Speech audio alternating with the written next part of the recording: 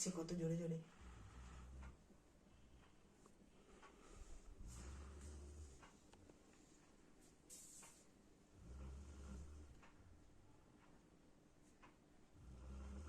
গভীর ঘুমে মগ্ন, ঘুমিয়ে ঘুমিয়ে নাক ডাকছে। নাক ডাকাটা শোনানোর জন্য অনেকদিন ধরে আমি ভাবছিলাম, কিন্তু কিছুতেই তুলতে পারছিলাম না। আজকে গভীর ঘুম ঘুমিয়েছি, এই জন্য নাক ডাকাটা তুলতে পারছি।